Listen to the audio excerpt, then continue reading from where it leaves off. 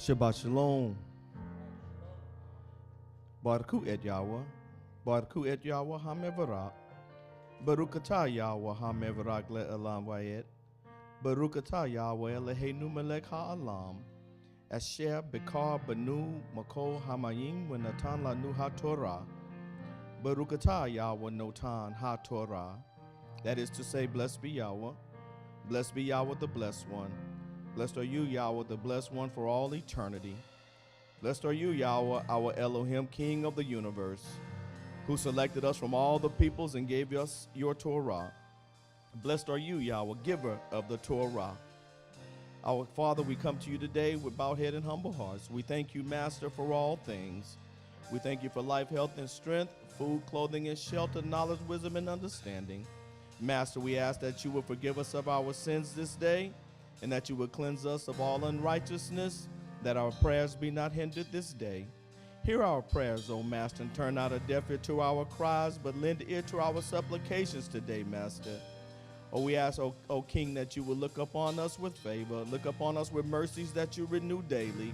Have a pitiful eye toward your people, Yisrael, Master. Hear us this day, that the words of our mouth and the meditation of our heart would be acceptable in thy sight. We ask that you will look upon us today as a collective people, your people, Israel.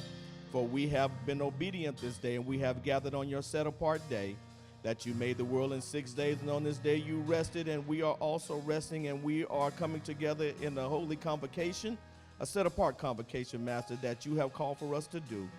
So, Master, we ask that you would look upon us with mercies, and we thank you, Master, that you have given us activity of our limbs, that you have given us the wisdom to know that which is upright and righteous, Master, that we have come in obedience and gathered today. We thank you, Master, for keeping us this week, that you have healed us, O King, for you are our King, our Master, our healer, our deliverer, our Savior. Oh, and we look up to you for everything, Master, and we stretch our hand to thee, for there's no other help that we know. Oh, Master, we thank you for keeping our children all week long, and you have brought them home safely, O King. Oh, King, we ask that you would just give us the desires of our heart, Master, and that you would make a difference between us who serve you and them that don't on this day, Master. And this is our prayer until we meet here again.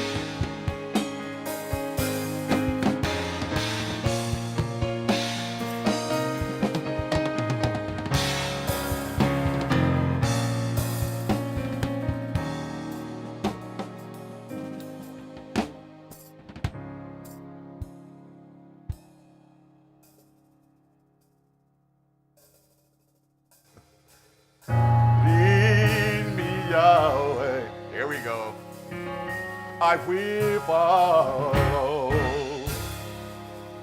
Lead me, Yahweh. I will go. 'Cause when you call me, well, I will answer. Lead me, Yahweh.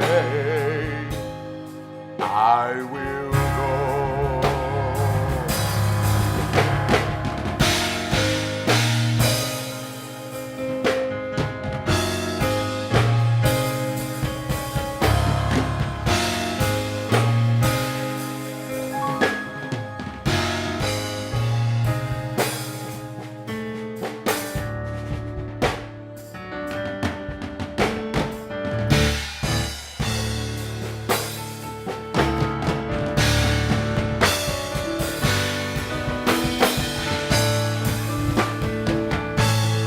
When you call me, well, I will answer. Lead me, Yahweh. Lead me, Yahweh. Lead me, Yahweh. I will go.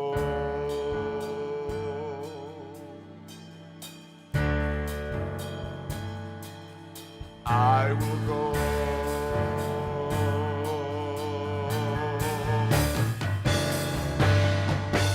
I will go.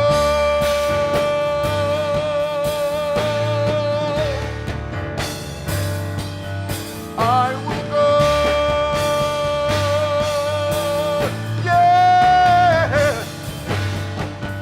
I will go.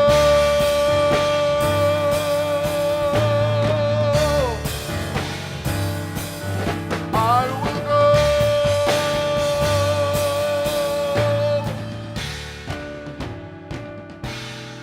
Lead me, Yahweh. I will go.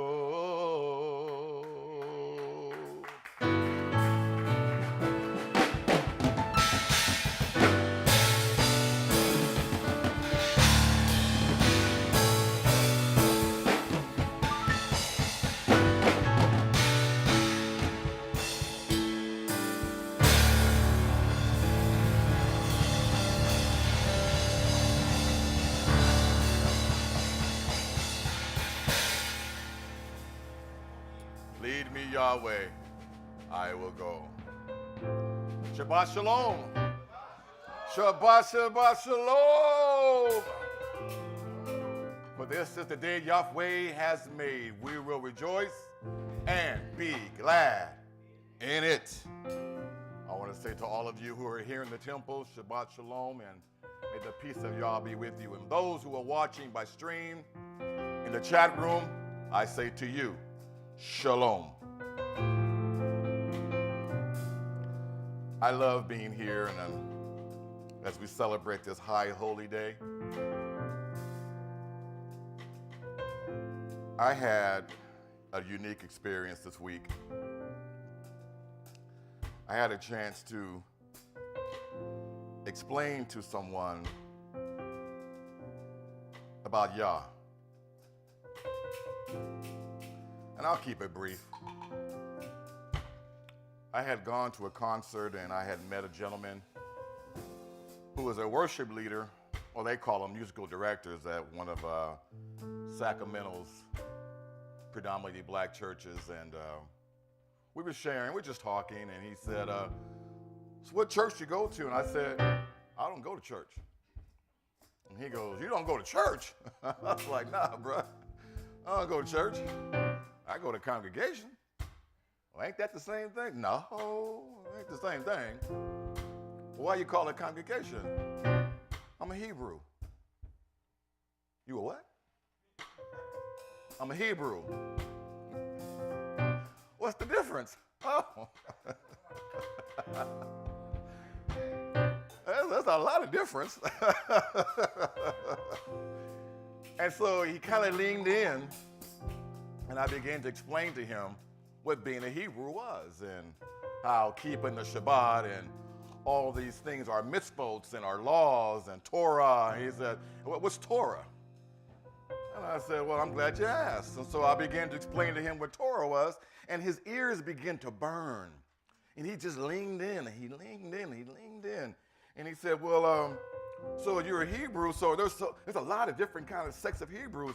I said, now hold up, that's true. I said, but we're pure Hebrews. Now, what does that mean? We follow the laws and mitzvahs of Torah. Well, what about the one, I said, the purple and gold? I said, no, they some rebels, man. I said, they radical. I said, but they don't follow no Torah.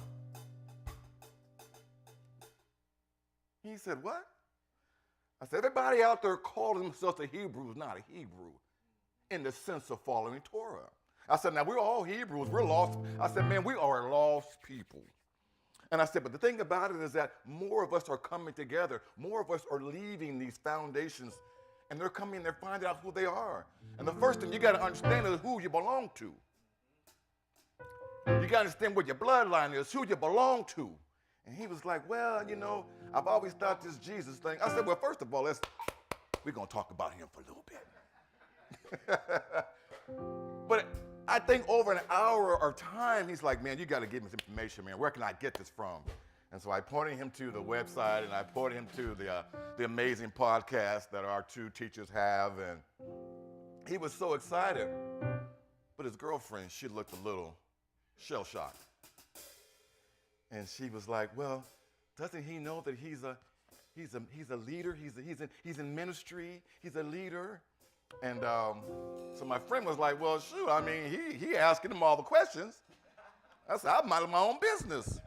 Well, come to find out that she's also a worship leader at a different, same church, different, what do you call them? Different plants, I don't know what you call them. And so I think she was afraid that our conversation was making him rethink his thought. And I said, man, I'm going to tell you, I'm going to leave you with this. Has it ever crossed your mind how this dude got here? And he said, well, I mean, he's God. He can do it. I said, but if he's the God of yesterday and today and forever, why would he change his habits? Or why would he change his law to accommodate something that is totally against Torah? And he said, well, explain. Glad you asked. I said, first of all, let's talk about the whole Mary and Joseph thing. And we began to talk, and I began to explain to him about the laws and about how creation goes about between a man and a woman, not a spirit and a woman. And I brought to him some Greek mythology. I wanted him to kind of I wanted to give him some homework. When we left that conversation, man, this dude, his eyes were huge. I mean, he would not let Beacom, he wouldn't let me go. And I said, hey. He said, man, this is crazy. I said, ain't it crazy? And I said, and they got you hoodwinked, bamboozled, and confused. I said, but here I'm offering you something. And I said, I'm offering this to you. Now, what you do with it is your own business. I said, but I'm offering it to you. I said, because I'm going to tell you something, man. I said, this offering may not come to you again. I said, now you got it in your hand, work it. Work it. So I wanted to share that with you guys. And I tell you, man, you just don't know where you're going to be and who you're going to meet. And when you say you are a Hebrew, you better be able to tell them why you are a Hebrew and what, not only why, but how you are a Hebrew. Where you come from. Why you do what you do. What do the misfolks mean? And I really enjoyed myself. And my friend, she sat back and she was just like in awe of the whole conversation. And I said, well, I hope his girlfriend's going to be all right. So I just wanted to share that with you. You just don't know. You just don't know. So we are out here, people. We are powerful. We are articulate. We are intelligent people. And we are the followers of Yah. And I'm going to tell you something. Be proud of who you are. Because once they find out who you are, they're going to want to know. They're going to want to know. All right. Here I am. I hear you calling my name. Here I am, Yahweh. I hear you calling my name. I will meet you there. No matter when or where, I hear you calling me. So here I am. Here I am. I hear you calling my name. Here I am, Yahweh. I hear you calling my name. I will meet you there. No matter when or where, I hear you calling me. So here I am.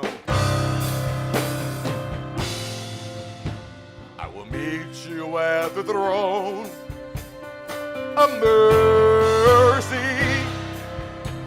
I will meet you at the throne of grace. I will meet you in that special place where I can finally seek your face. So here I am. I hear you calling my name. Here I am, Yahweh. I hear you calling my name. I will meet you there. No matter when or where, I hear you calling me. I hear you calling me. I hear you calling me. So here I am. I will meet you at the throne of mercy. I will meet you at the throne of grace. I will meet you in that special place where I can finally see your face. So here I am. I hear you calling my name. Here I am. I hear you calling my name. I will meet you there. No matter when or where, I hear you calling me. I hear you calling me. I hear you calling me. So here I am. When you call me,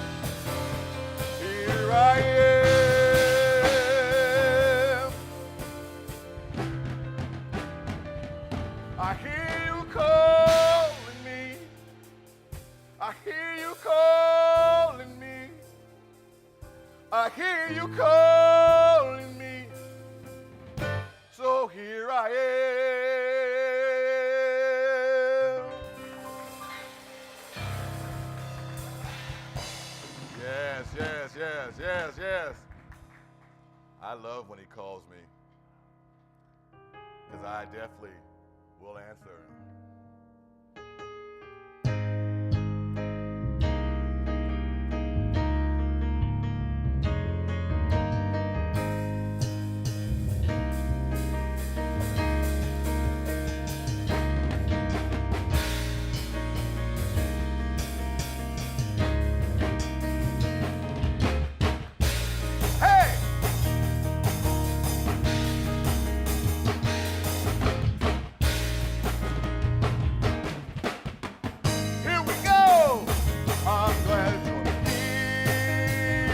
I love your smile. It brings me joy to know you're here. For the Father made it possible to gather on this day. We are family. We are family. Yeah, we are family. And I'm glad you're here. I'm glad you're here. I love your smile. It brings me joy to know you're here. For the Father made it possible to gather on this day. We are family. We are family. Yeah, we are family. And I'm glad you're here. Lift up your head, Yahweh's people. Lift up your head and give him praise. Yeah. Lift up your head, Yahweh's people. Lift up your head and give him praise. Here we go, here we go. Yeah, yeah. Come on. Come on.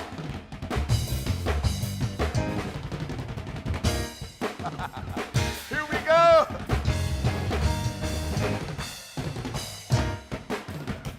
Come on, Shawn.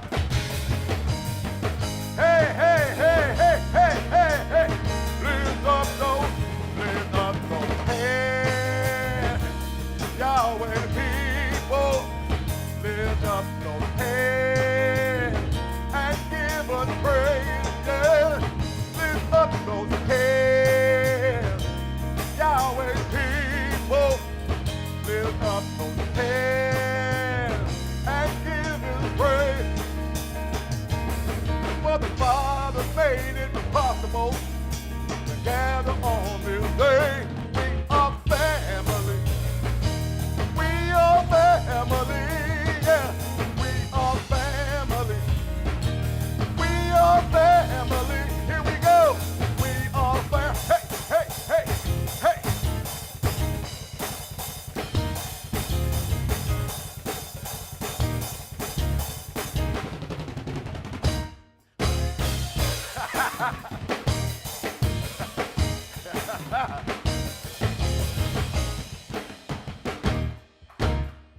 Here we go. We are family, and I'm glad you're here. Yeah.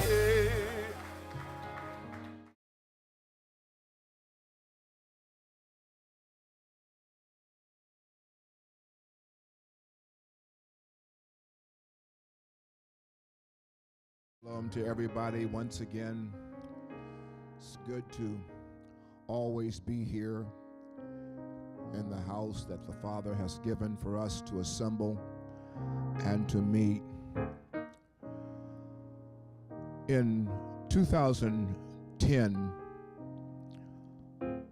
I was in the continent of Africa. Between 2009 and 10, I was in communication with a lot of the pastors in the continent of Africa. I'd like to believe that I sowed a seed in the continent and introduced the people there to Yahweh. I'd like to believe I did that. In light of that, I want to play something for you today before Shawn comes. I want you to hear this. Only in America is the name of Yahweh somewhat despised and not wanted to be heard or sung.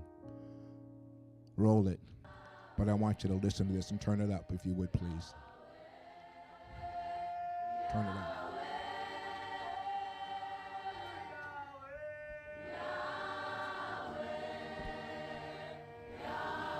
This is in Africa.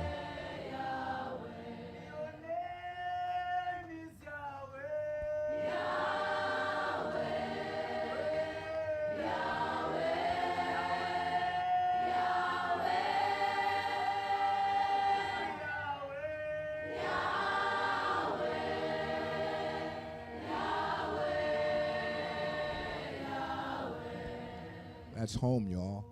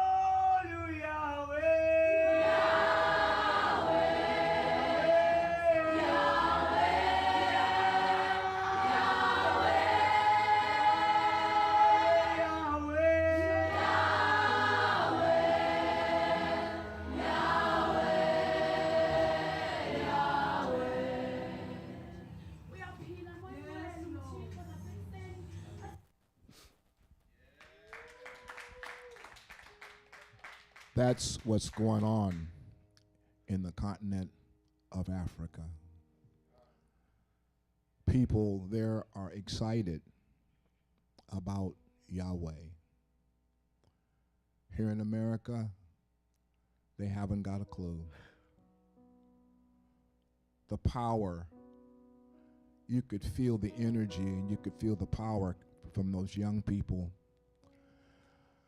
Our congregation in Kisi, the orphanage there, I think they're on one of the recordings, aren't they, Shawn?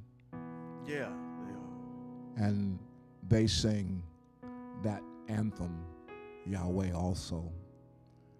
That's called the Ascent. Well, here's Rabbi Appleton coming to you once again. Thank you, sir. All right. This is what the cockpit of the plane feels like, sitting right at the front. It is to Yahweh, Eye Asher Eye, the beneficent, the omnipotent, the creator of all things, that from nothing, there was nothing, and he created everything from nothing. Figure that math out. Who has allowed us to be here one more again. I thank him and I appreciate the fact that I'm able to stand here before you on yet another Shabbat, to be able to honor the mitzvot that we are to assemble and hold it as a holy convocation. So to that ultimate power and spirit, I say thank you. I am deeply humbled by the opportunity to speak before your people. To the Honorable Kelvin R. Holman, our ambassador, as a way of music here at FTF, Shabbat Shalom to you, sir. Brother Beacom, Ambassador Beacom, when you get done with that, I want that back in my closet when you finish with it. That, Brother Beacom, Shabbat Shalom to you, sir. Ambassador Johan Tate, Shabbat Shalom to you, who runs our media. Ambassador Trey Beverly, or Yeshai Beverly, Shabbat Shalom to you, sir. To the Honorable Elijah Mohammed, no, to the Honorable, to the Honorable Robert B. Holman Jr., Shabbat Shalom to you. For those of you that are joining us by way of the stream, and to our descendants that will hear this sometime in the future, we say Shabbat Shalom to you. Now, everyone, before I do this, can someone run in the back and get me a water, please? Thank you. Now, are y'all ready to go to the stratosphere?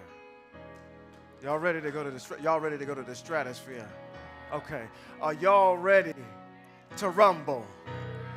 All right. Shabbat Shalom. Shabbat Shalom. All right. Thank you. Whew.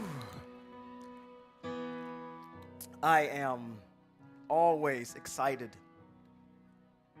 to be here in front of you to talk about the things germane to our empire of Israel and the one who controls the empire of Israel.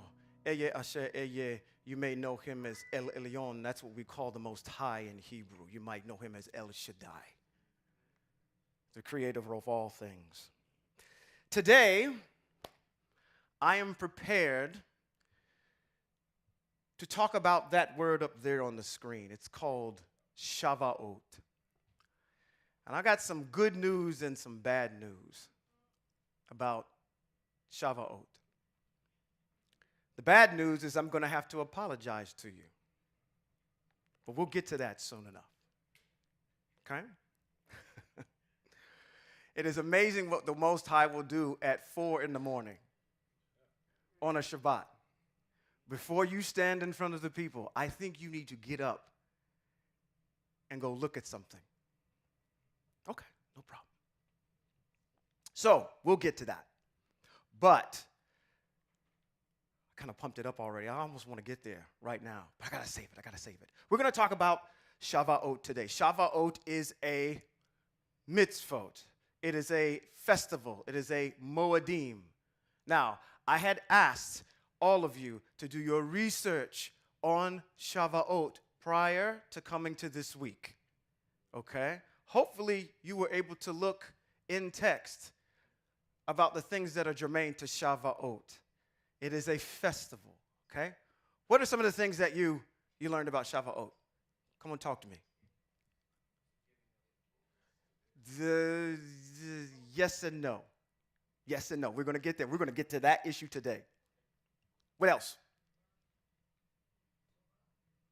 Towards what?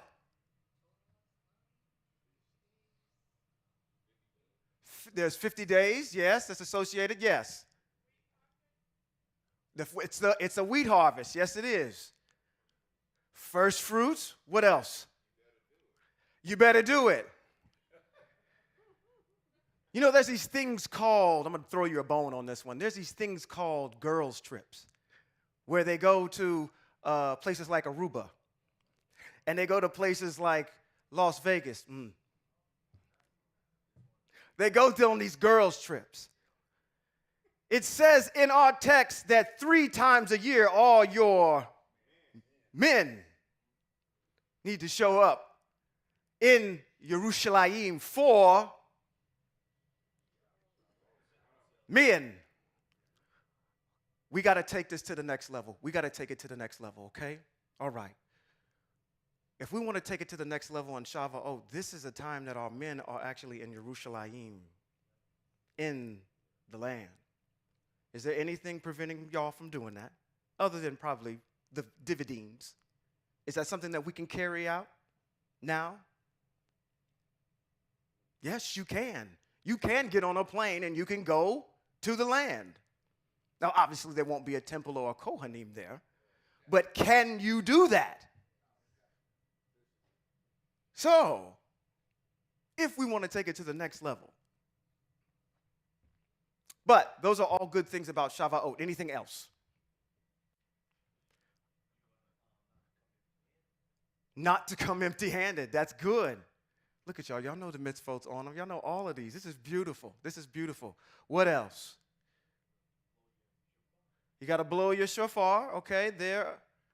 Okay, good, good, good. We've covered a majority of the mitzvot, and I want to go slow today. I love it when these young people are here because it's a constant reminder that they didn't grow up in the old church like we did. That there's some things that we carry from Mitzrayim with us, but they don't know. So let's break down Shavuot to its bare bones on what it is. I want to direct your attention to an American pastime. Now, while I'm up here pontificating, these are going to be some of the places I'm going to go today. There is an American pastime. They call it the place where they play the gridiron. What is that American pastime? Football. Football. And in the game of football, there is a set amount of weeks that they play. They call it the regular season, right? They also have one thing that's germane to the regular season, which is that first game that they play, right? At the beginning of the season. It's called the what? Come on, y'all football folk. What is the first game that you play? What do you call that? The opening game. It's the opening game. And at the culmination of the regular season, you have one big festival at the end. They call it the Super Bowl. But you have to think of the NFL season as a block of weeks. That's what I want you to think of when you think of Shavuot. It has a season opener, and then there's 7 weeks within Shavuot, and then you have the finale, which is Shavuot itself. So there's a season opener, the regular season, and then what we would call the Super Bowl is called Shavuot to end it all out, okay? Think of it as a block. I don't want you to start thinking about it anymore as a specific day. The day in the block of Shavuot is called Shavuot. It's called the Feast of Weeks, is what the festival is called. So if you think of it as the Feast of Weeks, and Shavuot is the Super Bowl at the end. Got it? Okay, very good. That's how I want you to think about it. Moving forward. We're going to talk about a couple different things with Shavuot and why it's so important. We're going to talk about the meaning of Shavuot. What does it mean? We're going to talk about how we carry it out, when it is. And that's where we're going to get into, Shawn is going to get into some deep water on himself. When it is. We're also going to see where it is in the Masoretic text and in the auxiliary books. What do I mean by the auxiliary books? We're going to go to the book of Tobit today. We're going to go to the book of Jubilees. Okay? We're going to go in those ancillary books that are Hebraic, and we're going to confirm some things about Shavuot there, or how it's depicted there. Then we're going to look at it a little bit in Judaism, so you can understand how they look at it. And then we're going to end out by looking at it from Christianity. What is it called in Christianity? It's the day of Pentecost. Okay, all right. Let's get right into it. What is the meaning of Shavuot? The best way to explain it, if we can put it up on the screen, I'll read it for you. It is a harvest festival. Let me jump to the end. Let me give you the point. For those of you that are going to fall asleep on me in the next 5 minutes and just be knocked out to the end, let me give you the meat, up front, okay? Let me serve you the main course. Why do we do Shavuot? What is the Feast of Weeks? Why do we do it? What's its purpose? If it is a harvest festival, why is that so important to the Most High? Why would that be important to the Most High? We've got one that commemorates us leaving Mitzrayim, which is Pesach, all right? Then we go into this issue of the Feast of Matzah, and then we have Shavuot. Shavuot is a harvest season, if you will. And then you roll into Yom Kippur, which commemorates, alleviating the sins of Israel. And then you finish it out with Sukkot. We kind of know what Sukkot, feast, the boost, we know what that's about. It has meaning behind it. We know what Yom Kippur is about. That has meaning behind it. What is the meaning? Why is this so important to the Most High? Why is Shavuot? So these are all, the things that you're quoting here in the back over there, my dear brother, are analogies that are made on it. Okay? We're going to get to that, how that even came about, which the Ashkenazis are liable for when we get to Judaism. Why is it important? You have an ancestor. His name is Abraham. Abraham was made to serve the Most High, and the Most High gave him a covenant, right? And that covenant was what? Your descendants are going to inherit this land. I have a land for you. There's a nation that's going to be born out of you. They follow the mitzvot that I give them, then they will inherit this land. And that land will flow with milk and honey. It will be fertile. Shavuot is the example, or the point of Shavuot is to say, I'm celebrating the fact that we've obeyed the mitzvot and the Most High has made the ground fertile. So we're able to show the Most High what you've done for us. You've honored your oath that you made to our ancestor Abraham. Okay? It's not for, that part of it is, you're saying, well, we have to get the sheaf, and then the sheaf gets waved, and we got to count 7 weeks. I'm getting all the mitzvahs. I'm getting way ahead of myself. Count all those weeks, and then at the end of those weeks, we have the Super Bowl, which is Shavuot. But what's it for? If we're thinking about it from a standpoint of agriculture, the symbolism there is to honor the Most High's word that he said to our ancestor. I made the ground fertile. And this is what happens. When our ancestors were stiff-necked and hard-hearted, what did the Most High do? He dried that joker up and kicked him out. Okay? So, point in Shavuot. Look at it from that particular standpoint, that we're honoring the oath that the Most High gave. You're going to see something else when we get into the book of Jubilees that you say, if these mitzvot were all in play, that was at the time of the Empire of Israel. What happened prior to that?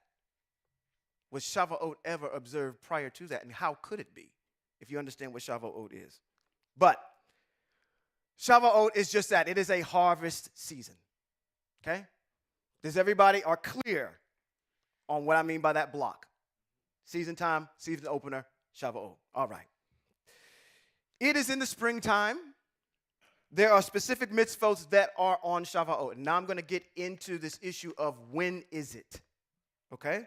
Now that we've gone over the meaning of it and what it actually is, let's go over when it is.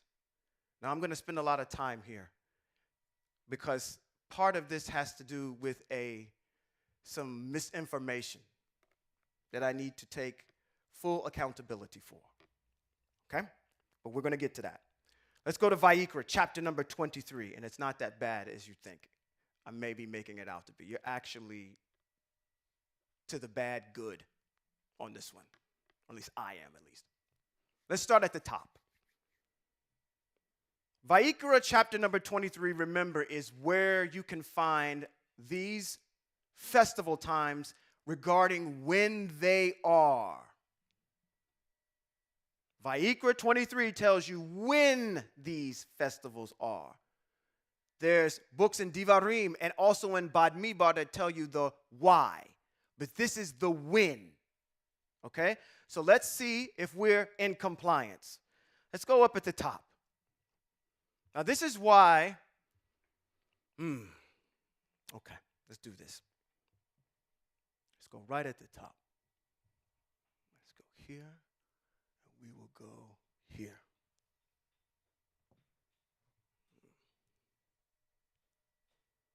Okay, let's do this.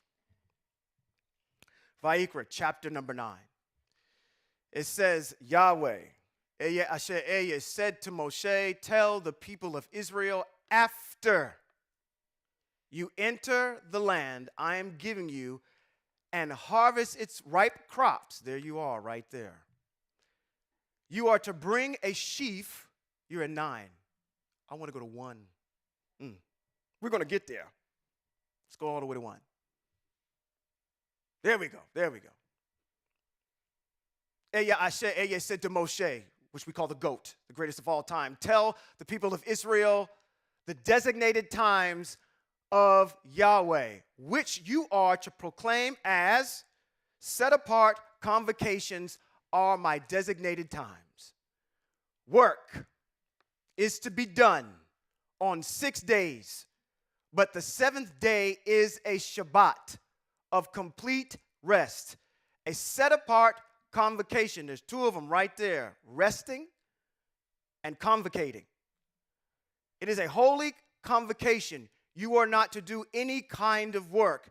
It is a Shabbat to Yahweh, even in your homes. These are the designated times of Ehyeh Asher Ehyeh, the holy convocations you are to proclaim at their designated times. In the first month, on the 14th day of the month. Do you know when that is? Prior to this, do you know where that is? I'm looking at my young people that don't know how that calendar was calculated. Do you know when the first month of the 14th day is? How would you know when to start?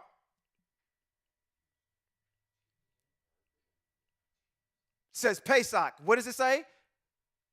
What did you point to? Say what you point to. When is Pesach? Yeah. Passover's on the 14th day of the first month. Well, how do I know when that day is in the year? How do I know where that is in the course of where I am right now? How do you know when Pesach is? Based on that. You don't. You could not tell me when Pesach starts based on that within a Gregorian calendar year. Okay? So we have to find out when the Most High really wants us to meet, because I don't know. Okay? You got the Yehudim saying something, you got the Christians saying something else. Then I got what the Most High says. The Most High gives you enough breadcrumbs in order for you to find that out. If you go to, I'm not going to take you there because it's not on the screen. If you go to the book of Enoch, in the book of Enoch in chapter number 72, this is on the website on HebraiCalendar.com. In chapter number 72, it says, when there is equal light and there was equal night, that is to be the end of your year or the beginning of your year. Okay? You'll know that because the daylight will be equal with the darkness. It says that in the book of Enoch, chapter number 72, around verse 32, somewhere in there. Okay? So, if I go by Enoch, what can I do next online? Can't I look up how much daylight there is versus how much nighttime there is? When it's equal? I'm glad you said that because there is a website that's called timeanddate.com. You look to see when there was sunrise and sunset have the same amount of time. This year in 2024, that was on March 16th. When that actually happened. In the calendar, I don't know, they'll probably have this on the screen, but it's hard for you guys to see. On March 16th, started the new month, started the new year, and your spring season began. That's how we know. You see how I'm calculating that? Okay? If it says, if I know that on March 16th was the first day of the year. And it says right there, in the first month, on the 14th day of the month, between sundown and complete darkness, I have to count 14 days forward. My point that I'm getting to, let me get to, because I'm losing some of you already. You can't calculate Shavuot without knowing what the beginning of the year is, because the beginning of the year gives you Pesach. Pesach gives you the Feast of Matzah. Feast of Matzah gives you Shavuot, because there's nothing in Shavuot that says started on the third month of the X amount of day. It's the only mitzvot that doesn't do that according to the Moedims. I know when Pesach starts. First month on the 14th day. I know when the Feast of Matzah starts. First month, 15th day. I know when Sukkot starts on the 10th month on X amount of days. Okay? I know when Sukkot starts. All of those have a month and a day assigned. Shavuot doesn't. You can't calculate Shavuot unless you know where the beginning of the year starts. Now, let's think about this the right way, because we've been taught wrong. The Gregorian calendar fits inside the Hebrew calendar. This is the way you look at it every day. You look at it as, I live in the Gregorian calendar, which is a Catholic calendar. And that Catholic calendar I'm trying to force Hebrew dates into the Catholic calendar. Instead of you looking at it the other way, it is the Hebrew calendar that the Catholic calendar is being forced into to make work. And they can't make it work because they have a new set of rules, okay, that they're trying to apply. All right? How do I know it's a Catholic calendar? I can tell you right now, from just the names of the month, how you know it's Catholic. December. What is December? December is the number what? Deca is what? 10. November, 9. September, 7. October, 8. So if we go 10 months, if Deca is 10 and December is 10, go back 10 months. What month is that? That's March. Oh, come on. In the Gregorian calendar, they're telling you that the Gregorian calendar is based on a Hebrew calendar that they shifted. So why do we start the beginning of our Roman Catholic year, Gregorian calendar year, in January? Most people don't know this. You start it because that's the beginning of the Roman civil year. It's a political thing. Has nothing to do. It's a civil issue that goes on in Rome. They go ahead and instantiate. This is when the beginning of the calendar is. Let me give you another example. When is the beginning of the school year? It's not in January, it's in September. You can understand that there, within this calendar, we have the Gregorian calendar, that there are different years inside of it, okay? But I just want to draw your attention that they're telling you in your Gregorian calendar already, right, that the names of the months point back to when the beginning of the year is. The rest of those names, January, for Janus. Janus was a god that had two faces. They said one looked before at the one year, the other one looked back at the other one. That's why it's called January. Okay? All of these months have pagan names assigned to them until you get to like August is Augustus, Caesar. That's what it's named after. Okay? So, moving forward from them, that's the point that I'm trying to make, is that you got to know when the beginning of the year actually is. So we count 14 days.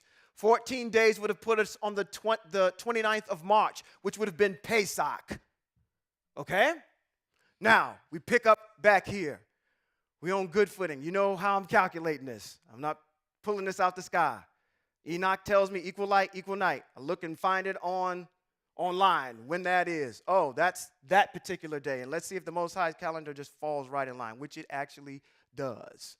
Okay? Let's pick up here. It says, on the 15th day of the same month is the festival of what? Matzah.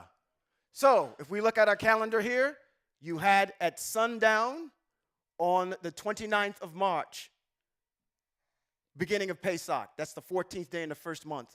The very next day is the Feast of Matzah. Okay? On the 15th day of the same month is the festival of matzah for how many days? 7. That would have been a Shabbat, the Feast of Matzah. You count 7 days. You're in April. The 7th day would have been the 5th of April.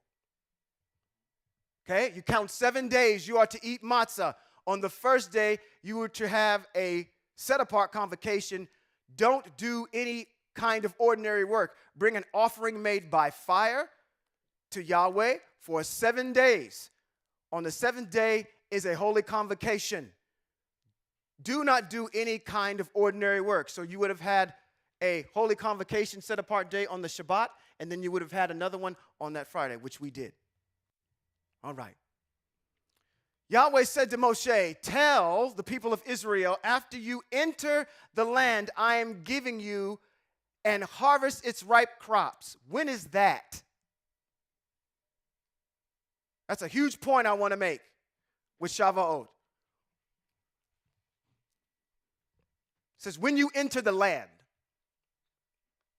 tell the people of Israel, after you enter the land I am giving you and harvest its ripe crops, you are to bring a sheaf of first fruits of your harvest to Kohanim.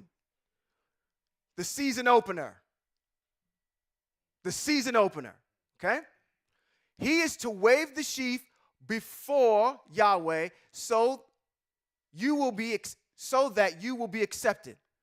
The Kohen is to wave it on the day after the Shabbat. Now, what did it just say? On the day that you wave the sheaf, you are to offer, let's go back up, went too far down. There we go. Tell the people of Israel, after you enter the land, and I'm giving you to harvest its ripe crops, you are to bring a sheaf of first fruits of your harvest to the Kohen. He is to wave the sheaf before Yahweh so that it will be accepted. The Kohen is to wave it on the day after the Shabbat. What's the day after the Shabbat? Because it told us that it's a holy convocation starting on the first day of Feast of Matzah, and the last day is a holy convocation for the Feast of Matzah. Then we have a Shabbat. It says the day after the Shabbat, which would have been April 7th, which is on your calendar. That is the beginning of the regular season with the season opener. You got it? Okay. That is when we start the Feast of Weeks. Now, let's continue on. What is that, at 12? Yes, 12. On that day, you are to wave the sheaf. You are to offer a male lamb without defect in the first year. I want to continue to draw your mind to the issues. Can you do this in exile right now? No. Let's frame what we're talking about here too, okay? We're talking about being sticklers to what the text says. We are exiled. There are offerings that are going to get made, okay? We are not in the land. This is in the land. We're not there, okay? When this stuff is you're supposed to show up, you're going to find out, all the men, you're not supposed to show up empty-handed. There's sacrifices that have to be made. That means that there has to be an operating temple and there has to be an operating Kohanim. Do we have any of that? So what we're doing over these next 48 hours, I'm going to give my thunder away already, is just observing it and remembering it and going over it. We could take it to the next level and actually be in the land, the men, because you can do that, okay? But as we are in exile, we can't do this. We're remembering, we're meeting. The best that we can do is have a holy convocation, remember and talk about the ancestors, and make sure we go over the mitzvah, like the Most High asked us to, which is to obey, so our descendants will know how. Say, they may have not have gotten it right, but by the time it gets down to them, they should have it already figured out because they got some good footing to stand on. Let's continue to keep going. On the day that you bring the sheaf, I went there already. Oh, okay. You are to offer a male lamb without defect in its first year as a burnt offering for Eye Asher Eye. Its grain offering is to be 1 gallon of fine flour mixed with olive oil, an offering made by fire to Eye Asher Eye as a fragrant aroma. Its drink offering is to be of wine, 1 quart. 14 is key here, all right? Because I'm going to come back to 14. There's a calculation that there's out there that may try to debunk what I'm saying, and it comes out of this. This is my proof. You are not to eat bread, dried grain, or fresh grain until the day you bring the offering to your El. This is a permanent regulation through all your generations, no matter where you live. Let's define where you live is. It's kind of obvious for us, for all of us that are in exile, but obviously this is talking about when they're in the land. It's not talking about them being exiled. When it's talking about this, they're in the land. They're within the confines of Eretz Israel. So if you're all the way down at the base, or you're all the way up to the north, where the Euphrates River is, or out to the expanse of the ocean, wherever you're living, come in. But we're going to see through the advent of the New Testament and the book of Acts that they came from everywhere. That they're, I'm giving my thunder away. Come on, I just got to save it. Acts chapter 2 is coming up. And this whole speaking in tongues and Holy Ghost is getting ready to come up. Okay? So stay tuned. You can take a nap for a little bit. I'm going to get there. All right. 15 says, from the day after the day of rest, from the day after the day of rest. That is, from the day you bring the sheaf of waving, the season opener, which we've already set aside as April 7th of this year. You are to count 7 full weeks until the day after the 7th week. You are to count 50 days, and then you are to present a new grain offering to Eye Asher Eye. Now, this is where I have to come and apologize to everyone, because on the calendar it is misrepresented. If you looked at my calendar, you would see that I'm saying Shavuot is today. Shavuot is actually tomorrow. And I'm going to show you why. Okay? April 7th. Right? Season opener. We count 7 full weeks. This is 1 week. 2, 3. We jump into May. 4, 5, 6, 7, which is May 25th, which is today. That's the end of 7 weeks. That's 49 days. On the calendar is marked as Shavuot. There is another day that says 50th day new grain offering. That's tomorrow. That's the Holy Convocation Day. It is mislabeled on the calendar here. Shavuot, it should say Shavuot 50th day new grain offering.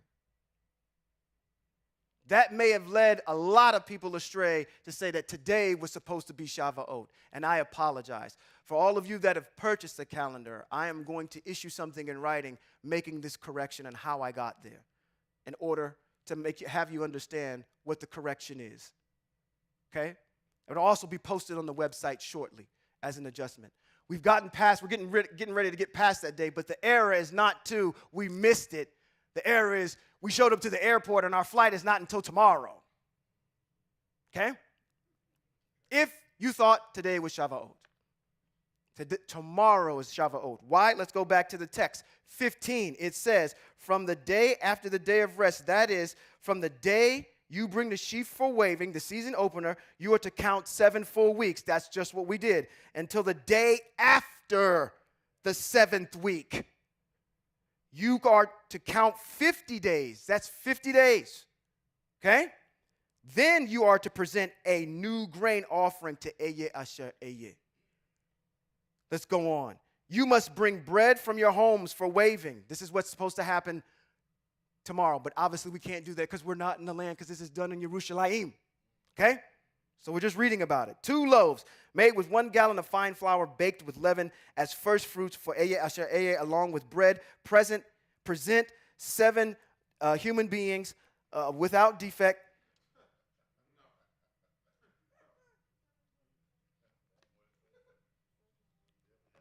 Hold on. I think I messed up. Along with bread present.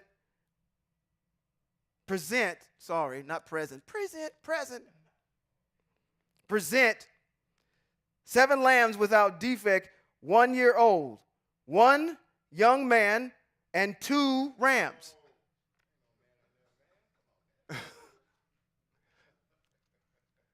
Okay, so we're not sacrificing people? No. Oh, okay. I just wanted to make sure we understand we don't sacrifice people. Okay? We don't do that.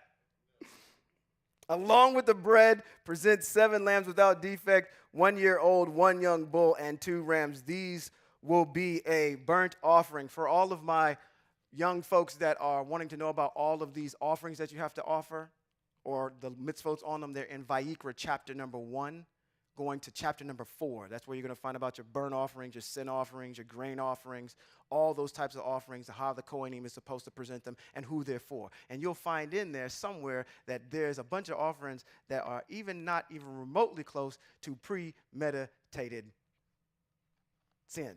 There is no sacrifice for premeditated violations of the mitzvot. Okay, let's keep going. You're not with me.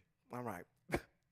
Offering for Eye Asher Eye with the grain and drink offerings and offerings made by fire as a fragrant aroma. For Eye Asher Eye offer 1 male goat as a sin offering and 2 male lambs 1 year old as a sacrifice of peace offerings. The Kohen, okay, do we see a pattern here?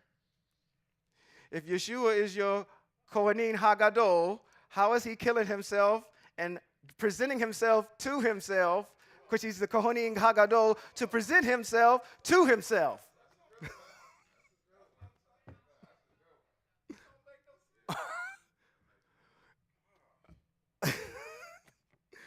I'm just saying, okay?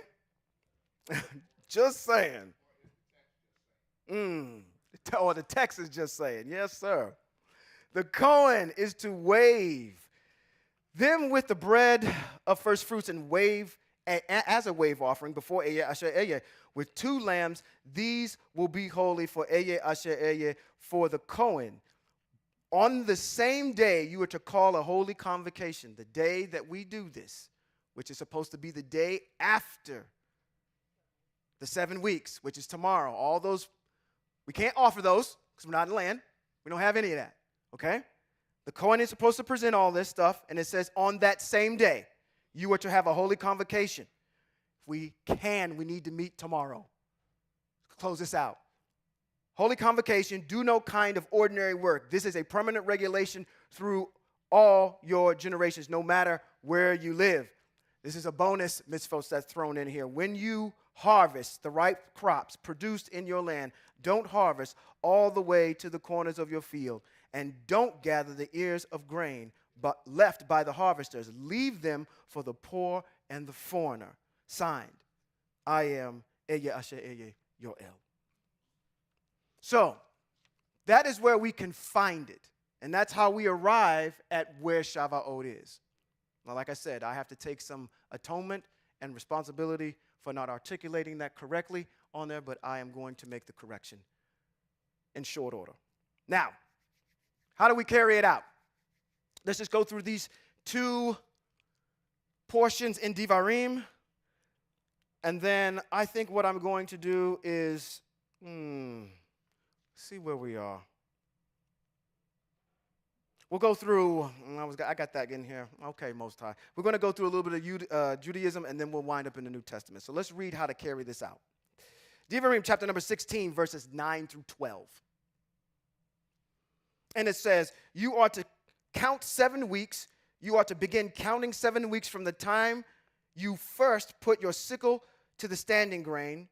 you are to observe the festival of Shavuot, weeks, for Eye Asher Eye, your El, with a voluntary offering, which you are to give in accordance with the degree to which Eye Asher Eye, your El, has prospered you. You are to rejoice in the presence of Eye Asher Eye. So, right off the bat, let's go back real quick. It says it's going to be a voluntary offering to the Most High El in accordance to the degree to which Eye Asher Eye, your El, has prospered you.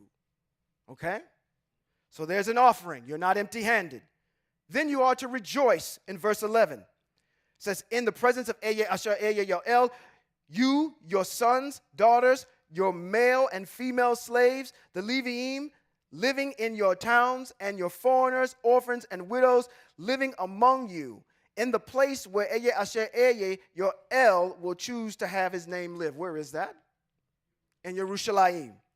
So we know where this is supposed to be. Remember that you were a slave in Egypt. Then you will keep and obey these laws. Devarim chapter number 16, scrolling down through 16 and 17, reads, 3 times a year, all your men are to appear in the presence of Eye Asher Eye. Now, you just read right before who else is supposed to be there too. So it won't technically be an entire men's meeting by ourselves. We will have our folks with us too, if they can travel. 3 times a year, your men are to appear in the presence of Eye Asher Eye, your El, in the place which he will choose at the festival of what? Matzah. At the festival of Shavuot, and at the festival of Sukkot. They are not to show up before Eye Asher Eye empty-handed, but every man is to give what he can in accordance with the blessing Eye Asher Eye, your El, has given you. There's several other designations. I'm just going to read these off to you where you can find these things about Shavuot. You can find it in Shemot chapter number 23, verses 14 through 17. You can also find it in Bad Midbar, chapter number 28, 26 through 30. Talks about what is to be done on Shavuot. Devarim chapter number 26, 1 through 4, is talking about the first fruits that Israel offered when they entered into the land. You can also find Shavuot and references to it. And I kind of want to go through this a little bit because part of what we're kind of saying here is when the Torah was given and whatnot, that winds up in Judaism. But do I want to go to the book of Jubilees? I don't know if I want to go to the book of Jubilees with y'all. Just know this, because Jubilees is, it's a book. Book of Jubilees talks about how Noach, on the day that, or at least during the time, that the ark was on Mount Arad and it had all the waters had subsided, was in the same month of Shavuot, okay, when that actually happened. And they do some calculations, and you have to know about the years of Jubilees in order to get to these calculations that are in there. That's why I don't really want to jump into Jubilees too much, but it's in Jubilees chapter number 6, verses 15 through 19. It's also in Jubilees chapter number 22, verse 1. It's in the book of Tobit, which is in chapter 2, verses 1 and 6. Tobit is one of our ancestors, and Tobit is a very devout, righteous man.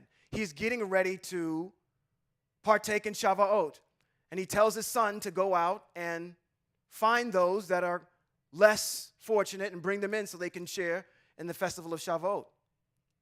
When he goes out, he finds out that a lot of his countrymen have been strangled, that they're being persecuted in the streets. Tobit then goes and quotes Amos, which is a prophet in the Hebrew writings, that says that your festivals would become those of, what does he say? Says your feast will be turned into mourning and all your mirth into lamentations. Meaning that there was going to be a time where trying to be festive during the time of Shavuot was going to be very difficult because of the persecution of the Hebrew people. I know that doesn't sound familiar at all. I know you don't know that you don't live in that right now. But that's what happens in the book of Tobit.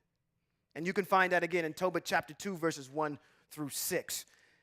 It shows up in 2 Chronicles. Let's get that. 2 Chronicles chapter number 8, verse 13. We'll stick with the theme of David since we've been talking about his family. Shlomo has built this edifice for the ark. Then Shlomo offered burnt offerings to Ehyeh Asher Ehyeh on the altar of Ehyeh Asher Ehyeh that he had built in front of the vestibule, as each day required, offering according to the mitzvot of Moshe on the Shabbats at Rosh Chodesh. Let's stop there. Does everybody know what the Rosh Chodesh is? Okay. There was silence in Hebrew Israel. The Rosh Chodesh is the beginning of the new month. Is it a Shabbat? Yes. Okay. We need to start observing our Shabbats, all of them. You have a calendar that gives you when all of the new months start. You're Hebrew Israel. The Most High, I know there may be some concerns about, oh, it's in the middle of the week, and I have to take off. Okay, I hate to go there with this rebuke, but okay, you found a way not to work on the Shabbat. Maybe we can work 4 10s. Maybe I can make up for it on another day on a Sunday, for those of you that actually have that issue. But that does not give us a reason to abandon the Rosh Chodesh, which is a Shabbat, and put something else in its place that's more important, that we think is important. Okay? We got another one coming up next month. A Rosh Chodesh. Me included. This is not just for everybody. This is for everybody in this room, especially for what's going on stage. Okay? Let's figure out what it is and try to meet to have a holy convocation. Start getting closer to the Most High, as we can say that we're purists and we do everything that the Most High asks. Let some other purists come in here and talk about, do y'all have a holy convocation on the Rosh Chodesh? And we give them this deer in the headlights look, like, what is that? Well, y'all must not be purists then. Okay? Now that we all friends, jeez almighty. I'm just asking y'all to observe the mitzvot. Y'all like, you quit beating this. Oh, okay. Chronicles. Back here it says, at the Rosh Chodesh and at the designated times, 3 times a year, the festival of Matzah, Shavuot, and Sukkot. So our ancestor Shlomo did the same thing. As David, his father, had ordered, he appointed the divisions of the Kohanim for their service and the Leviim to their task, and praise to perform their service in the presence of the Kohanim according to each day's requirements. He also appointed gatekeepers by the divisions to be at every gate. David the man of El had so ordered. One last reference before we go to Judaism. It's in the book of Maccabees. In the book of Maccabees, you can find that in chapter number 12, verse 29 through 32. In Judaism, I'm going to read this to you, a statement from Judaism, okay? How this is carried out and symbolized in Judaism. In terms of symbolism, the counting of the days and weeks is understood to express anticipation and desire for the giving of the Torah. On Passover, the people of Israel were freed from the enslavement of Paro. On Shavuot, they were given the Torah and became a nation committed to serving El. I don't read anywhere in our text where on Shavuot, the Most High gave the Torah to his people. Just tells you when it is. There's no references to that exactly. And if there is, let's talk about it, okay?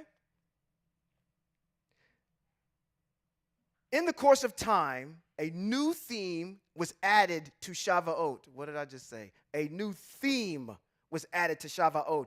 Namely, this is coming from the Yehudians, namely, the commemoration of the giving of the Torah on Mount Sinai. This celebration originated in the exilic period of the Hebrew history. After the destruction of the Second Temple by the Romans in the year of 70 CE, sacrificial rites and the Bikurim ritual, which is Shavuot, involving bringing first fruits to the temple were abolished.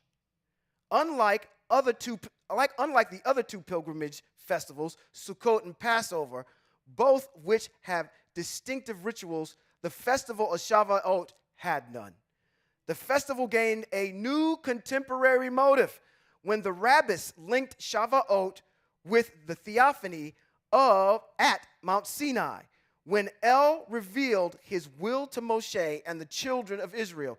Chapters 19 and 20 of the book of Shemot describe this wondrous experience of El revealing his will atop Mount Sinai. This section includes the 10 commandments, which are read aloud as the congregation rises during the services on Shavuot. Okay? So they're linking it by their own volition to the giving of the Torah as our people left Mizraim. Now again, we have some differing information on that says that that's when that is. Let's talk about it. Let's present it. But from what I'm reading here and all the references I've given you on Shavuot and where it shows up, it doesn't say anything about that. Okay? Shavuot in the New Testament. Let's go to Acts chapter number 2.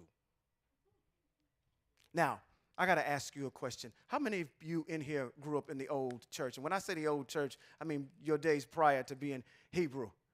How many of you are actually, okay. How many of you, you grew up in the, okay. Denominations, rattle them off. Pentecostal, what?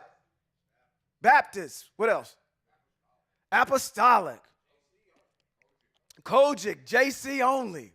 He said JC only. Latter-day Saints, right? All these different denominations. You know about the mitzvot on Shavuot. You know when it is, how to calculate it, and what we're supposed to do on it, and you know what it's for, right? You know it's a season opener, and then we have, okay, we're going to celebrate because the Most High has honored his word to make the land fertile. Let's go to Acts chapter number 2 and see what the Christians say about your day. It says, the festival of Shavuot arrived. Wait a minute, hold on. Now, let's be fair. Okay? When you read this the first time, it says, the festival of Pentecost arrived. Which immediately, when it rang in my head, Pentecost, I said, Pentecostal assemblies of the world. The PAW.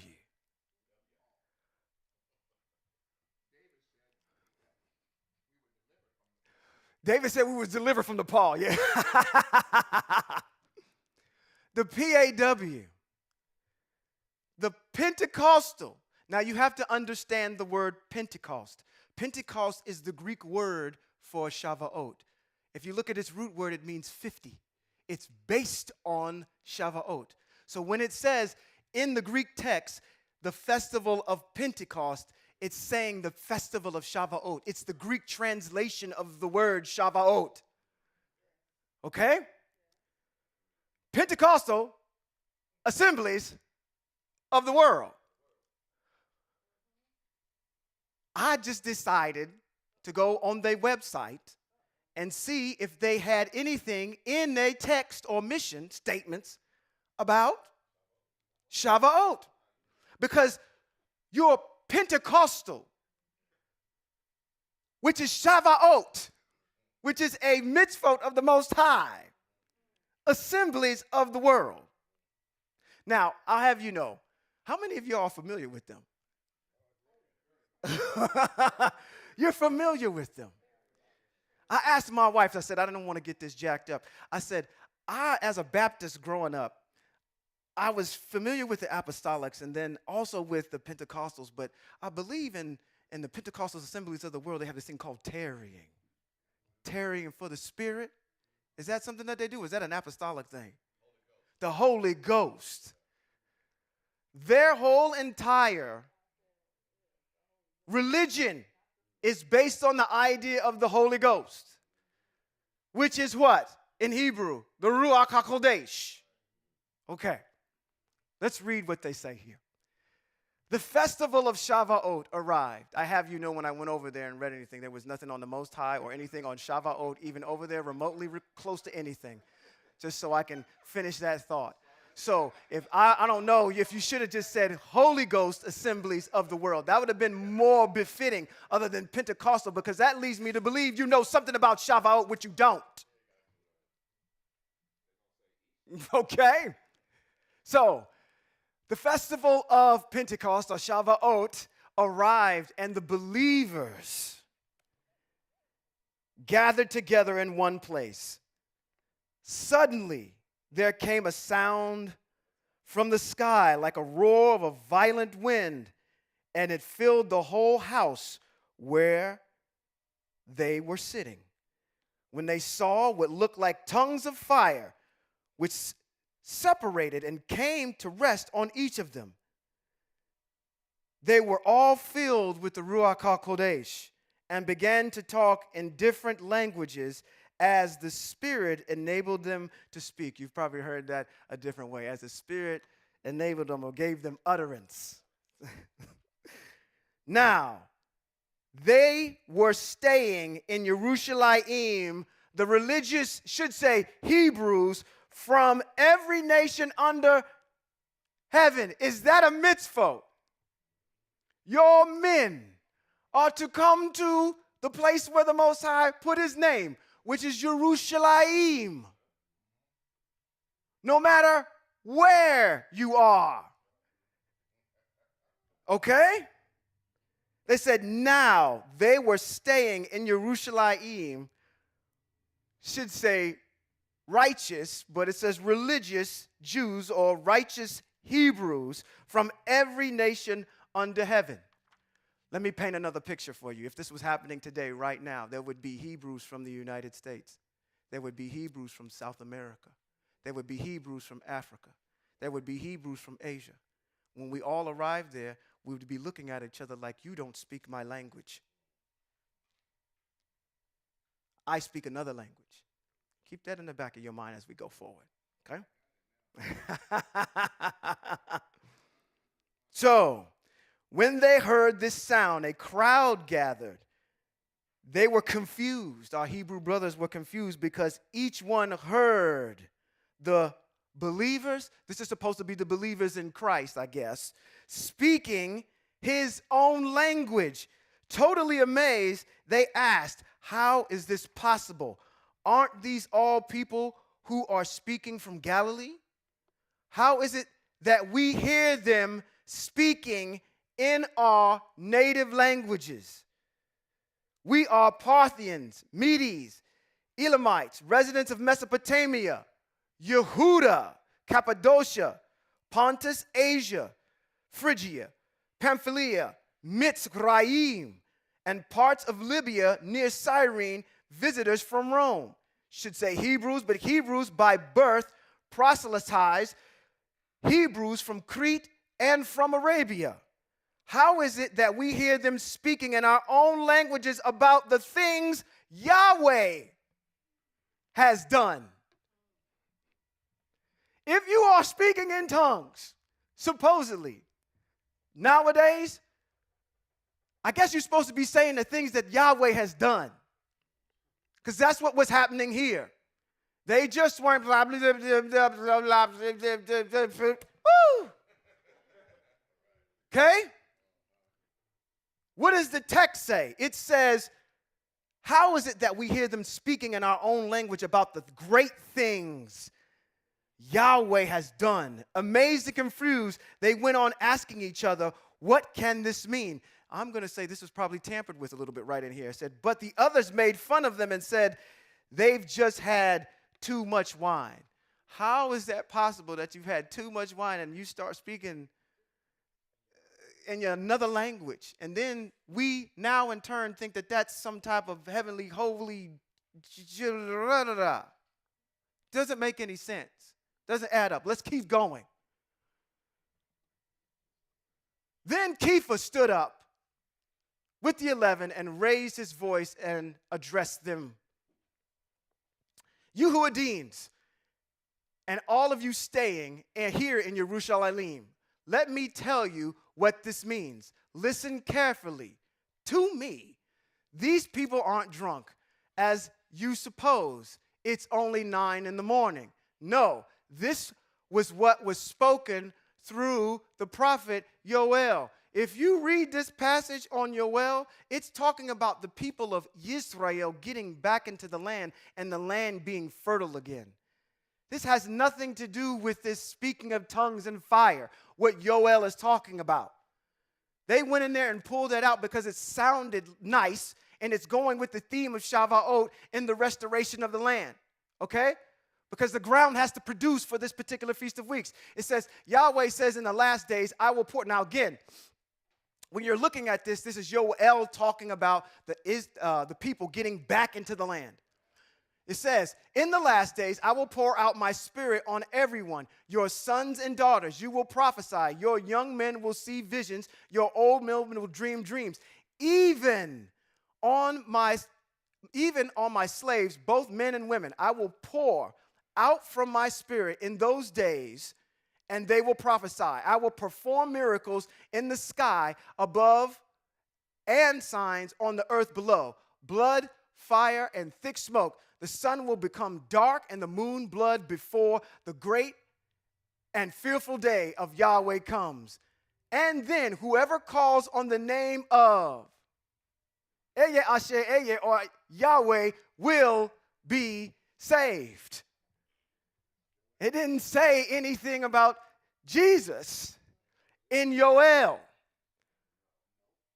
This has everything to do with the people of Israel getting back into the land. What does this got to do with a band of guys in a room somewhere having the gift of the speaking in tongues fall on them? That is not what that's even talking about. They went in there and pulled that out because it was nice. It's kind of like what preachers do today. They take a text and they springboard off of it. They have some words that are in there, and they said, oh, okay, and the moon blood, and it's going to be a great and fearful day of the Lord. You know, it was a blood moon last night, and because your finances wasn't. It's a way to springboard off of something to go somewhere else. Okay? That's what's happening here. This is classic pastor in the New Testament. You got a theme. You're trying to prove what? That speaking in tongues and that this was going on and this was okay. And you go and use a text that has nothing to do with that particular piece. Let's continue to go on. It says, the men of Israel said, listen to this. Yes, Yeshua from Nazareth was the man demonstrated to you to have been from Yahweh by the powerful works, miracles, and signs that Yahweh performed through him in your presence. You yourselves know this. This man was arrested in accordance to Yah's predetermined plan and foreknowledge. Did I miss a meeting where he handed that out? I didn't get the syllabus or the paperwork on that in none of our Masoretic texts. So you're going to have to bring me up to speed on that one. It says, this man was arrested in accordance with Yah's predetermined plan and foreknowledge, and through the agency of persons not bound by Torah.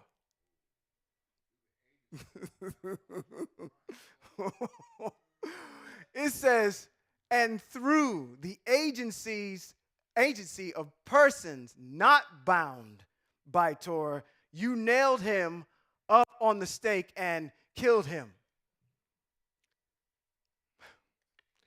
I'm going to look at you. Don't let nobody tell you, oh, so y'all like to cut up animals and sacrifice animals? That's what y'all believe?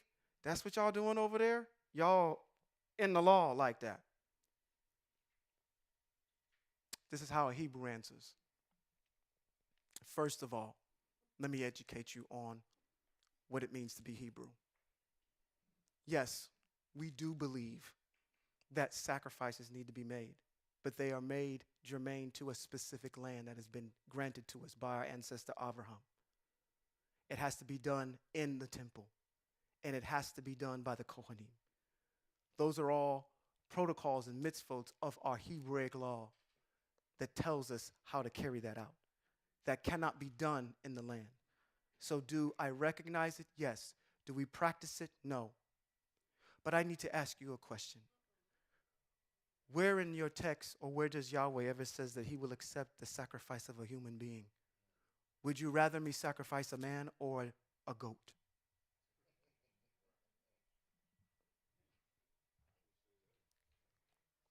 Don't use these mitzvot, please.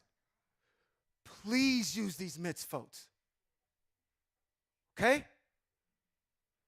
They are weapons. Okay? They are weapons for you. I'm only saying, come on, let's get it. Come on, let's move on. But Yah has raised him up and freed him from the suffering of death. It was impossible that death could keep its hold on him. I didn't know that Yahweh died. Okay, for David says this about him. Okay, so we've been learning about David. Let's see what David says. It says, I saw Yahweh always before me. He is at my right hand. He is quoting Psalms chapter number 110, where David is going on about, hey, I'm fighting all of these people and the Most High is with me. This has nothing to do with this Christ character. Okay?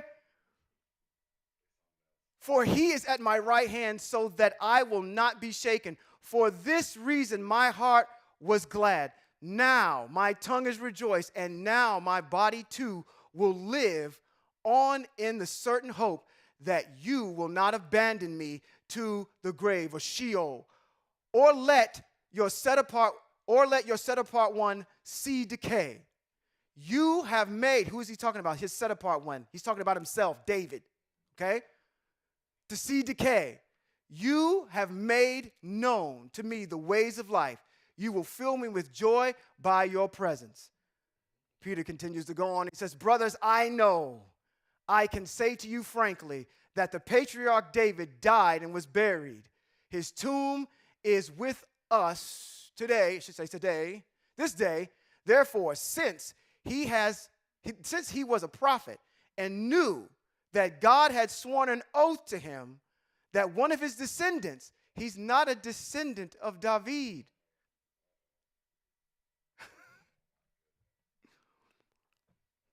Can we go somewhere? Can I put a pin in here? Can we go to Acts chapter 19? Can we go to Acts chapter 19? Let's go to Acts chapter 19. Let's start right at the top. I am so sorry I'm keeping y'all so long today. Let's go. Let's do this. Come on. Acts chapter 19. It says, while Apollos was in Corinth, Shaul, you got to understand who Apollos is. Apollos is a contemporary of Paul. They are contemporaries, okay? While Apollos was in Corinth, Shaul, or Paul, completed his travels through an inland country and arrived at Ephesus, where he found a few Talmudim. These are individuals that you could say are disciples of Apollos. Apollos and Paul are contemporaries. They're both preaching the gospel of Jesus Christ. You find that out at the end about Apollos at the end of chapter number 18 in Acts. Okay? It says, he asked them, did you receive the Ruach HaKodesh? He's asking disciples that are learning about Christ, did you receive the Ruach HaKodesh? It says, when you came to trust. No. They said to them, we have never heard that there was such a thing as a Ruach HaKodesh. Can somebody please explain to me what's going on? How are you a follower of Christ and you don't know who Christ's daddy is? Does not Matthew just say that the Ruach HaKodesh impregnated Mary? So why are disciples of Christ saying we have never heard of such a Ruach HaKodesh? Y'all need to start reading this text. And just because somebody has a pace and the rhythm and the music is that is a spell. Let's just call it out. It is distracting you from learning the things that are germane about the Most High, if that's the place where you're supposed to do it. There is a system to that. I hope you know that. Okay? I just needed to go there for a second. I had to do that. I needed y'all to understand that even the Talmudim don't even know who this Ruach HaKodesh is that shows up over here in the New Testament. Let's go back to Acts, and we'll just finish out these last couple of verses. Where am I going with all this? You know what? Because I got a chip on my shoulder. I grew up Baptist. I'm living from the trauma of Christianity, of being told something for so long, saying, thus saith, being pressured that if you leave the fold, you leave your family, you leave everything behind, and you're out on your own. This is trauma. Some of the stuff that they do over there. I went and listened to the Archbishop of the PAW. I listened to some of their pastors and reverends over there, and they all sound the same. No teaching at all. It is 100% praise and worship from the start to the finish. You don't even get a chance to sit down and disseminate the information. This is the one greatest threat that is against Hebrew Israel right now. It's things like that across the street. We got every right to talk about what's going on over there because that's where the minds of our people are.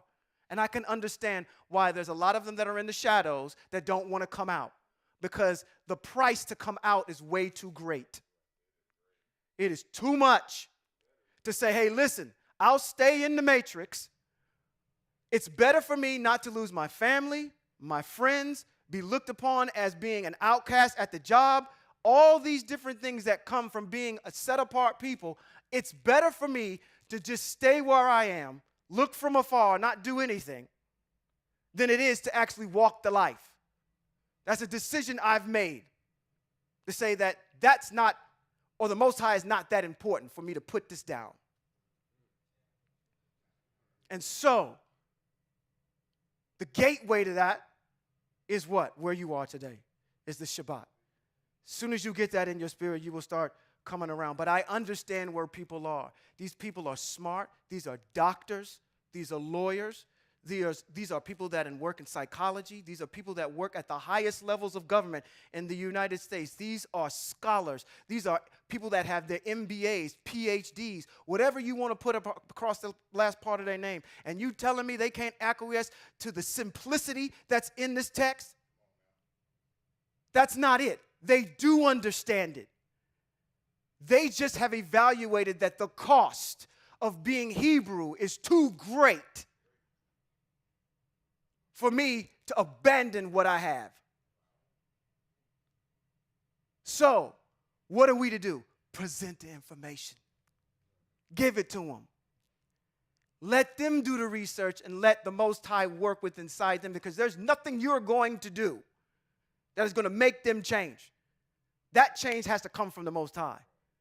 So supplant the information that's there. Give them the information that they need, where to look, so they can own the information and be confident about what they know. So when they go up to their pastor and they say, you know what, this thing about hell, I don't know who made it and when it was made. Can you explain that one to me? And he can't? Okay. That's why you are in the position that you are because the Most High strategically placed you where you were. So when these things start happening, I've got ambassadors. throughout everywhere. I've got ambassadors in the hospital. I've got ambassadors wherever you're going to be. I've got ambassadors out on the golf course. I've got ambassadors doing Mary Kay. I've got all these ambassadors out here in the construction field. I've got my bases covered. But you can't have the Most High be your best kept secret. When the opportunity shows up, the Most High has to be on the front of your lips. Okay? You know what? Let's go. Let's finish it out. Let's finish it out. Whew. Thank you for staying with me, y'all. Okay, where are we at? We're back in Acts. It says, therefore, since he was a prophet and he knew that Yah had sworn an oath to him that one of his descendants would sit on his throne, he was speaking in advance about the resurrection of the Messiah, that it was he who was not abandoned in Sheol. We're talking about David, not Christ. And who was not abandoned in Sheol, and whose flesh did not see decay. God raised this person named God himself up. He died himself and raised him. How do you do that? If you're dead, how do you raise yourself up? If you're dead. Okay, all right, I guess that works. God raised up his Yeshua, and we are all a witness of it. Moreover, he has been exalted to the right hand of himself. That is taken out of Psalms chapter number 10, and that's talking about David sitting at the right hand of the Most High, as David is asking the Most High, hey, I need your help to conquer all of these nations. That's where he's quoting right there. He's picking stuff, copying and pasting. Has received from the Father what he has promised, namely the Ruach HaKodesh, which y'all obviously didn't know about until 5 minutes ago, and has poured out his gift, which you are both seeing and hearing. For David did not ascend into heaven, but he says, Yahweh said to my Lord, sit at my right hand until I make your enemies a footstool at your feet. That's right, because David was conquering people in 2 Shemuel. Therefore, let the whole house of Israel know beyond the doubt that God has made him both Lord and Messiah, this Yeshua, whom you executed on the stake. On hearing this, they were stung in their hearts. Wait a minute. Hold on, let's finish this. And hearing this, they were stung in their hearts, and they said to Kepha and the other emissaries, brothers, what should we do? Kepha answered them, turn from sin. Okay, we know what measure sin is. Return to Yah, each of you, and be immersed in the authority of Yeshua the Messiah into forgiveness of your sins, and you will receive the gift of the Ruach HaKodesh. For the promise is for you, your children, and for those far away, as many as Yahweh RL may call.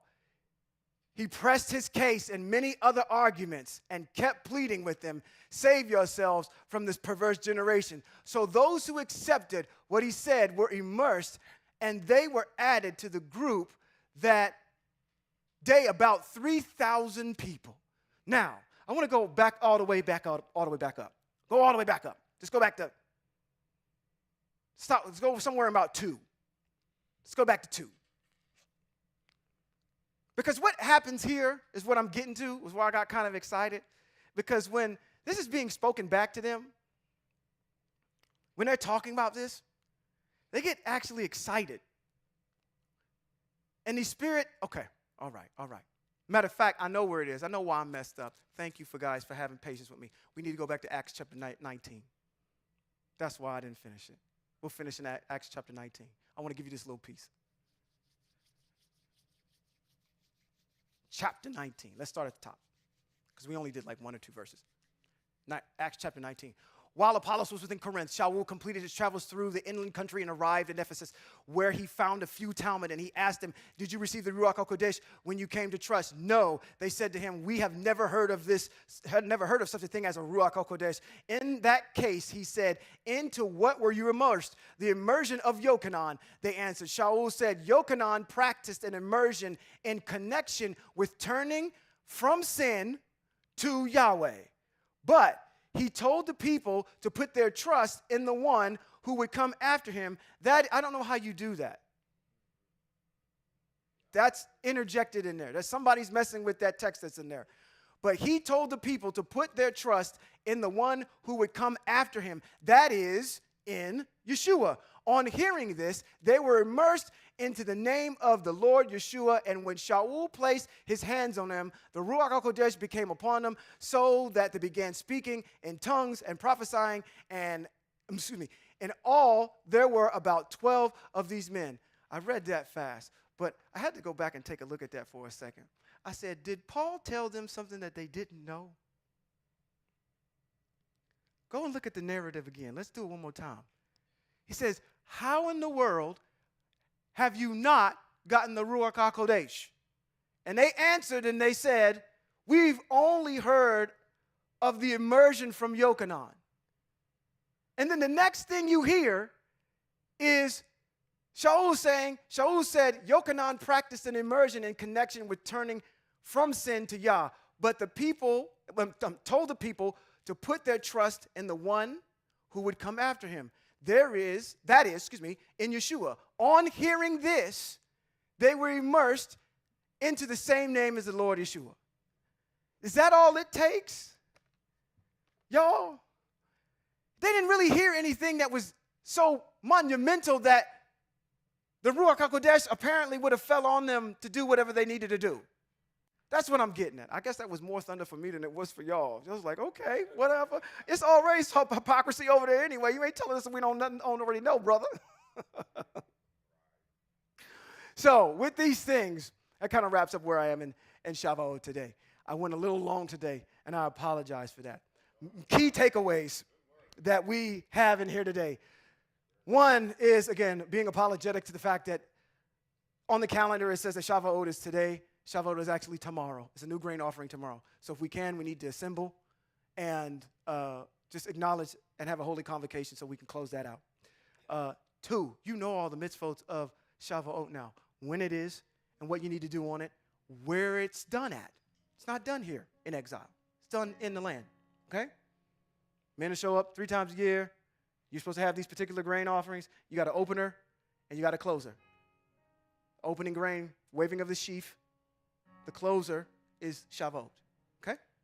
You think of it as a season, like the NFL. Think of it that way, okay? So,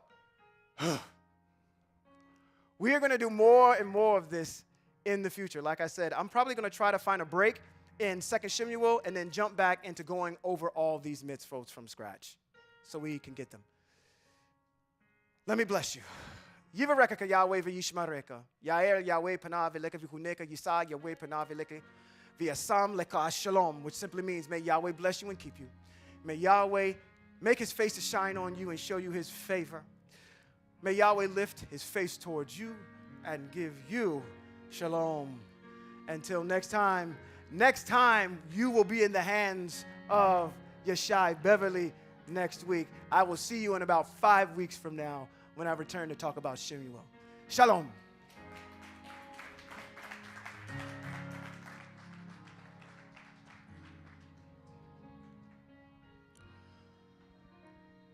We arrive every year at new information and corrected information, and when we get that information, we act upon it. And what I'm going to say to you, it took us a minute to get here. This correction that we have today, we will implement it on time next year at Shavuot, and we'll celebrate it correctly. It took us a while to understand a whole lot of things that we made corrections on to get to, but we'll get it correct and we'll do it right in the following year to come.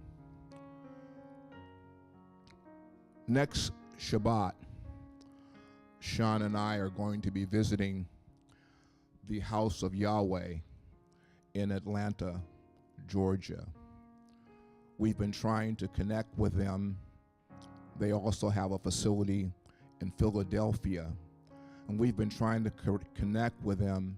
So since they won't connect with us, we're going to go and make our presence known to them and meet with them and present this particular calendar and share with them, if we have an opportunity, the things that we know, and just let them know we're just trying to find like-minded people and congregations that are thinking the way we think and what have you. Trey and Ambassador Beacom will be in charge of the house, and we will be back with you on the following Shabbat. We'll be here on the 8th to do that. All right? So today, I wasn't sure whether we had a oneg plan for today or not, because I hadn't heard, but I smell some food in the kitchen. So we will celebrate today and share this particular time with each other. I want to thank Rabbi Appleton for bringing us clarity and understanding to things that we may have been a little off on. I was talking to Brother Charles today and sharing with him, we were talking about some things, and we look at other people, and you know what we realize? We haven't been that long got off the boat ourselves. Our understanding has come, and we've picked up the things that we need to pick up, and we've grown from the things that we need to know, and we'll continue to grow. And after we are gone, there will still be knowledge and information evolving around this Hebraic understanding. So be faithful in what we know, and let's make the corrections that we need to make, and let's honor these Sabbaths now. We have a Rosh Chodesh coming up in June, and you have your Hebrew calendar. So let's make it an opportunity to honor it. I mean, I remember when I worked for the state, you know, maybe the government's easier to get off from than private industry, but you know, we found a way to not go to work on that day. You know, maybe I got a little sniffle today. My throat's kind of sore and tickly. And it was, you know, it wasn't, but we found a way to get off of work. So let's honor the Most High's Sabbath, and let's look at the calendar on that. It's a weekday, so we can have a good feast that day, huh? We can have a good feast today. We can just bring the dinner that we were going to prepare at home and just bring it to congregation, and we'll hang out on Rosh Chodesh. All right? Well, shalom.